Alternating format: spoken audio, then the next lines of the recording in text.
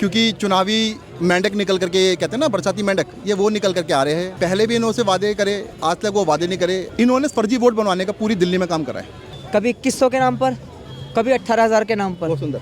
उनको ऐसा लग रहा है, एक बात बताइए, जो मंदिर है वो भगवान का घर है और जो हमारे पुजारी होते हैं वो सेवादार होते हैं मंदिर के, वो मुखिया होते हैं। तो मेरे पिताजी जो घर के मुखिया हैं, मैं उनको सैलरी दूंगा। और केजरीवाल कहता है मैं कट्टर ईमानदार, तो कट्टर ईमानदार कह के कट्टरवाद को बढ़ावा दे रहा है। ये हिंदुस्तान के लिए पाकिस्तान से ज्यादा खतरनाक है। ये पढ़ा लिखा टेक्निकल चोर है। क्या नाम सर आपका? मेरा नाम सर अजय चौहान है।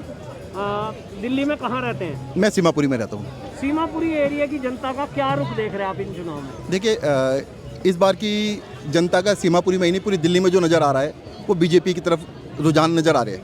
अच्छा। क्योंकि पिछली सरकार में ये जो सरकार रही है आम आदमी पार्टी की, केजरीवाल साहब की, इन्होंने जो भी वादे करे थे 10 साल रहते हुए इन्होंने एक भी वादा पूरा नहीं करा सर। तो ये कहीं ना कहीं एक आक्रोश दिल्ली की जनता के अंदर दिखाई दे रहा है।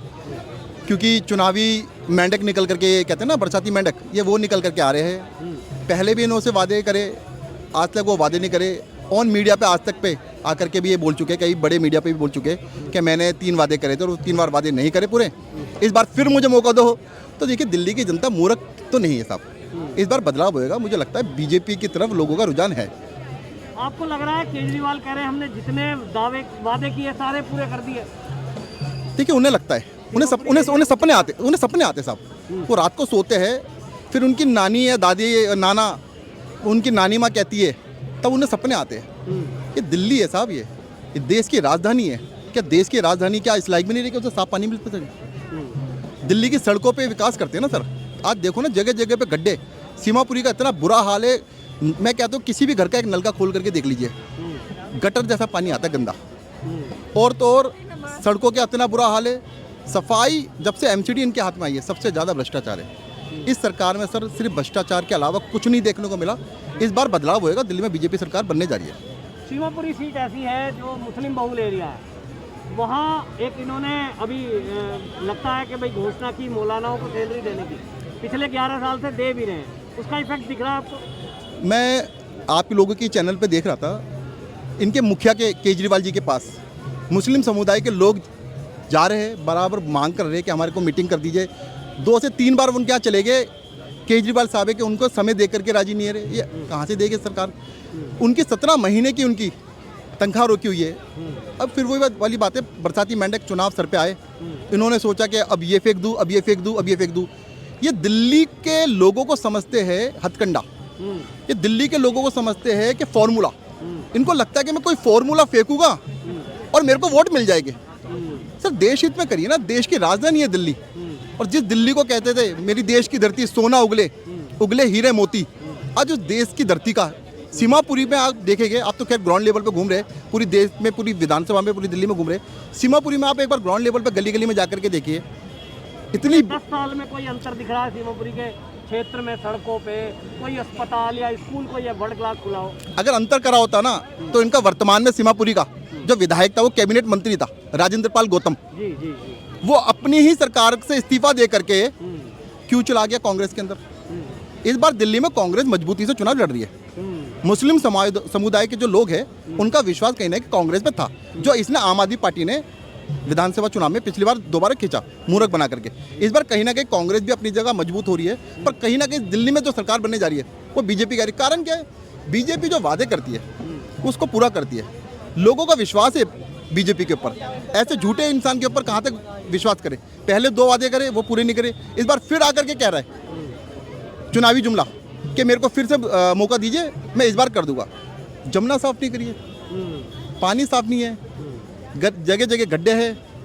इतना भ्रष्ट आम आदमी पार्टी के हैं, वो तो प्रेस कॉन्फ्रेंस कर रहे हैं, कह रहे हैं बीजेपी हमसे डर गई और हमारे वोट काटे जा रहे हैं। मेरी वाइफ का भी वोट काट दिया। इन्होंने फर्जी वोट बनवाने का पूरी दिल्ली में काम करा है। एमसीडी चुनाव में हर बूथ पे इन्होंने 6-6 हज़ार वोट काटे थे हर वार्ड के अंदर। और ये पिछली 2 बार की सरकारें इसी अटकंडे से बनाते आए। इन्होंने ऐसे ऐसे घर, मैं तो मीडिया पे देख रहा हूँ साहब, आप लोगों के मीडिया चैनल पे देख रहा हूँ, ऐसे ऐसे घर जहाँ पे एक 50 गज का प्लॉट है, उसकी 4 बाउंड्री भी नहीं हो रखी, और वहाँ पे 60-60 वोटें बनी हुई है। और वो हिंदू है, उसके यहाँ पे 60 वोटें बनी हुई है मुस्लिम समुदाय के वन। जब उनके यहाँ बीएलओ जाता है, वो पूछता है कि ये सब लोग आपके यहाँ रहते हैं, तो वो कहता है कि नहीं ये तो मेरे यहाँ नहीं रहते। तो पूरी दिल्ली में इस तरीके की वोट, कई लाखों हर बार वोट बढ़ रही है, कारण क्या है? इन्होंने फर्जी वोट बनवा रखे, इन्होंने बांग्लादेशी इस टाइप के रोहिंग्या को बसा रखा है दिल्ली के अंदर। हाँ, वो तो अमानतुल्लाह खान कहता है 10-10 हज़ार रुपए हमने दिए हैं। देखा है, रोहिंग्याओं को। अमानतुल्लाह खान ने वहाँ पे अपनी विधानसभा में रोहिंग्या को बसा रखा है। उन्हें 10-10 हज़ार रुपये मंथली देते हैं सर, ये देते, ये बात हकीकत है, पर उन्हें देते रोहिंग्या को। रोहिंग्या को देते। ये यहाँ हनुमान मंदिर पे जो आज ये वादे करके आज आ रहे थे ना, हाँ। ये इन्हें नहीं देंगे। इन्हें सिर्फ जब चुनाव आता है ना, जब जय श्री राम नजर आते हैं। अगर श्री राम के अगर कोई सच्चे भक्त है ना, तो केवल मोदी जी, योगी जी है, उनके अलावा देश में कोई नहीं है। बाकी हम सब भी है, पर असली अगर बात करी जाए एक सरकार के, तो हनुमान जी का आशीर्वाद किसको देख रहे हो आप? ठीक है, देखिए श्री राम के सच्चे भक्त है मोदी जी, और मोदी जी एक हनुमान के रूप में पूरी जनता देश के लिए काम कर रहे हैं। हम तो उन्हीं के साथ हैं साहब। तो मतलब जो वादे हैं इनका कोई असर जनता पे पड़ने वाला नहीं है, दिल्ली की जनता पे, महिलाओं को 21 इनका चुनाव चिन्ह झाड़ू है। हाँ। इस झाड़ू से इस बार गली गली में इनका ऐसा स्वागत करेंगे ना जनता, उसी झाड़ू से करके भगाएगी केजरीवाल साहब को और उनके कार्यकर्ताओं को। ये हालत हो गई है। डेफिनेटली इसी हालत है। कारण से हनुमान मंदिर में भी आज नहीं आए शायद यही कारण रहा होगा, क्योंकि इन्होंने आज कैंसिल हो गया। आज बोला था कि हनुमान मंदिर आएगा, पर यहाँ पे देखेंगे ना सैकड़ों की भीड़ में महिला जो कह रही है हम लोगों को मूर्ख बनाया, हमने वादे करे थे, हमसे वादे करे थे, हमने उनको वोट दिया था, आज वही वोट बैंक सारा का सारा इनसे निराश बैठा। कारण क्या है? विश्वासघात करा इन्होंने। देखिए, पूरी दुनिया के अंदर एक बीमारी है जिसको कहते हैं भ्रष्टाचार, लेकिन हमारे जो केजरीवाल जी हैं इस वायरस को भारत में लीगलाइज कर रहे हैं। कभी 2100 के नाम पर, कभी 18,000 के नाम पर। बहुत सुंदर। उनको ऐसा लग रहा है, एक बात बताइए, जो मंदिर है वो भगवान का घर है, और जो हमारे पुजारी होते हैं वो सेवादार होते हैं मंदिर के, वो मुखिया होते हैं। तो मेरे पिताजी जो घर के मुखिया हैं, मैं उनको सैलरी दूंगा? नहीं। बताइए, पूरा मंदिर उनके अनुसार चलता करता धरता है मंदिर के। हम कौन होते हैं उनको सैलरी देने वाले? भाई हमारी हैसियत क्या है? मंदिरों से अरे मंदिर ही हमें पालना है, हमारे देश को मंदिर ही चलाना। पहले भी मंदिर ही चलाते थे। अगर वो इतने ही अच्छे हैं तो कहें कि आतिशी, जैसे इसी वक्त कहें कि मंदिरों पर जो सरकार का कब्जा है उसको हटाएं, मंदिरों को मुक्त किया जाए ना। जो गुरुद्वारे हैं उनके ग्रंथियों को भी वो उतने मूर्ख नहीं है वो। गुरुद्वारों में 24 देखिए, हमारे जो ग्रंथी हैं वो भी मूर्ख नहीं है, वो भी बुद्धिमान है। हमारे जो संत समाज है वो भी बुद्धिमान है।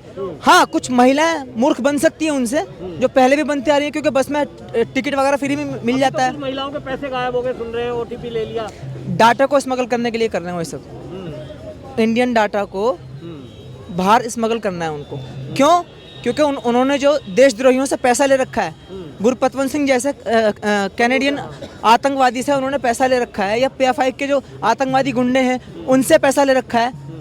अगर वो जीतेंगे तो उनके लिए काम करेंगे, और हारेंगे तो पैसा भी तो वापस लौटाना पड़ेगा उनका। देखिए, RBI की भी गाइडलाइंस है कि किसी भी ऐसे व्यक्ति को आप OTP ना दें। और ये कह रहे हैं कि 2100 रुपये महिलाओं के, पहले तो कह रहे 1000 रुपये, कह रहे सरकार बनने के बाद फिर 2100 रुपये। आप ये सोच करके देखिए ना, मैं आपके चैनल से पूरी देश की, पूरी दिल्ली की जनता को कहना चाहूँगा, पहले तो किस तरीके के कोई OTP अपने ना दे, और देगी कहाँ? ये अगर ये मान ले ये पैसे देंगे तो देंगे क्या? मना कर दिया है। जैसे FIR हुई तुरंत गायब हो गए वो सब। अरे सर, उनके मंत्रालय ने इस बात का खंडन कर दिया है। हम कौन होते हैं? उनके मंत्रालय ने खुद खंडन किया इस बात का, और LG साहब ने अब तो ऑर्डर भी दे दिए हैं जांच के। बताइए, मतलब वो राजनीति हम कहते हैं गंदी है, लेकिन वो अब राजनीति के अंदर आतंकवादी मानसिकता घुसा रहे हैं। समाज कल्याण विभाग और कुछ नहीं है ये जो केजरीवाल जी कर रहे हैं, ये भारत के अंदर आतंक को लीगलाइज करना है, और कुछ नहीं है। बस इससे ज्यादा कुछ नहीं है। जनता की वोट लेने के लिए बस ये घोषणा है। दिल्ली रिश्वत मांग, जनता को रिश्वत दे रहे हैं, तो और क्या ही है? ये रिश्वत ही तो भाई साहब, और है क्या? इसको क्या कहेंगे? हम सरकारी दफ्तर में जाते हैं, टेबल के नीचे से 500 रुपये दे दिए, 700 रुपये दे दिए, 1000 रुपये दे दिए एक छोटा सा वोटर ID कार्ड बनवाने के लिए। अभी तो अगर चुनाव चल रहे हैं, अभी तो बन जाएगा आसानी से, लेकिन आम दिनों में जाओ तो इतनी आसानी से कोई है क्या? नहीं है। क्या कह रहे हैं? बिल्कुल सरकारी दफ्तर में जैसे भाई बता रहे हैं, बिना रिश्वत के काम नहीं चलता। और केजरीवाल कहता है मैं कट्टर ईमानदार, तो कट्टर ईमानदार कह के कट्टरवाद को बढ़ावा दे रहा है। ये हिंदुस्तान के लिए पाकिस्तान से ज्यादा खतरनाक है। इसको समझो, केजरीवाल को इतना नुकसान पाकिस्तान नहीं कर सकता जितना ये अंदर कर देगा हिंदुस्तान में। देश में, दिल्ली में, देश में पूरे में एक महामारी आई थी कोरोना काल का, दिल्ली तक नहीं संभाली गई थी इनसे। उस समय पे ये मीडिया पे आकर के बोलते थे कि हमारे पास उपलब्ध गैस है, और 2 दिन बाद इनकी गैस सिलेंडर खत्म हो जाते थे। कारण क्या था? इनके खुद के कार्यकर्ता उसे ब्लैक करते पकड़े गए। बिल्कुल 20,000 और 22,000 का सिलेंडर खुद बेच रहे थे। ठीक है, अभी आज सुबह की घटना है कि केजरीवाल के दरवाजे पे ठक ठक हुई, उन्होंने पूछा देखना कौन आया है बाहर, उनके कुछ आए हैं, उनके पिछले 1 साल के पैसे बकाया हैं, पगार जिन्होंने ये घोषणा की थी है। उन्होंने कहा अरे आ गए, हाँ क्योंकि तुमने और ये नया पुजारियों के साथ पंगा ले लिया, के तो पैसे दिए गए। बताओ, उनकी घरवाली कह रही पुजारियों के साथ और पंगा ले लिया। अब केजरीवाल अपनी धोती पकड़ के आ रहा, मैं मंदिर आ रहा, अब यहाँ औरतों ने पकड़ लिया उसे पता लग गया कि लेडीज इकट्ठी हो गई, पागलपन दे रहे, भाग गया, आया ही नहीं। ये केजरीवाल साहब है दिल्ली के, जो अपने आप को बता रहे हैं कि मैं पीएम बनूंगा आने वाले टाइम पे, सीएम की तो संभालने नहीं आ रहा। ये पढ़ा लिखा टेक्निकल चोर है, इसे पता है योजनाएं कैसे बनती है और कैसे उसमें बलिदा लगाना है, जनता को कैसे बेवकूफ बनाना है और योजनाओं से कैसे पैसे खींचना है। ये इसने खूब स्टडी कर ली, ये पढ़ा लिखा शातिर है एकदम। और दिल्ली की जनता और दिल्ली की औरतें इनको समझ रही हैं। पंजाब में पैसा नहीं दिया, पैसे है नहीं मेरे पास, यहाँ कहाँ से दे देगा, पैसा है नहीं मेरे पास, ठीक है। कहता है दूसरा साथ में घुट्टी मिला रहा है जनता को, ये प्रधानमंत्री मुझे देने नहीं देंगे, मैं आपके लिए भाइयों बहनों काम कर रहा हूँ, मगर ये मुझे करने नहीं देंगे बीजेपी वाले। ये ड्रामा है, जनता सब समझ रही है इसको। ये सही कह रहे हैं, मैं तो लेकिन अब इसका ये जो ड्रामा है ये चलने वाला नहीं है दिल्ली में। बात से मैं देश की जनता से और दिल्ली की जनता से खासतौर से इस बार विधानसभा चुनाव में मैं उनसे हाथ जोड़ करके यही निवेदन करूंगा, अगर इस बार ये फिर आएगा, ये यही कहते रहेगा कि मुझे राज्यपाल साहब उपराज्यपाल साहब काम नहीं करने दे रहे, मेरी कोई फाइल साइन नहीं हो रही, इससे जो काम करते हैं उन्हीं को लेकर के आओ और दिल्ली को साफ सुथरा बनाओ।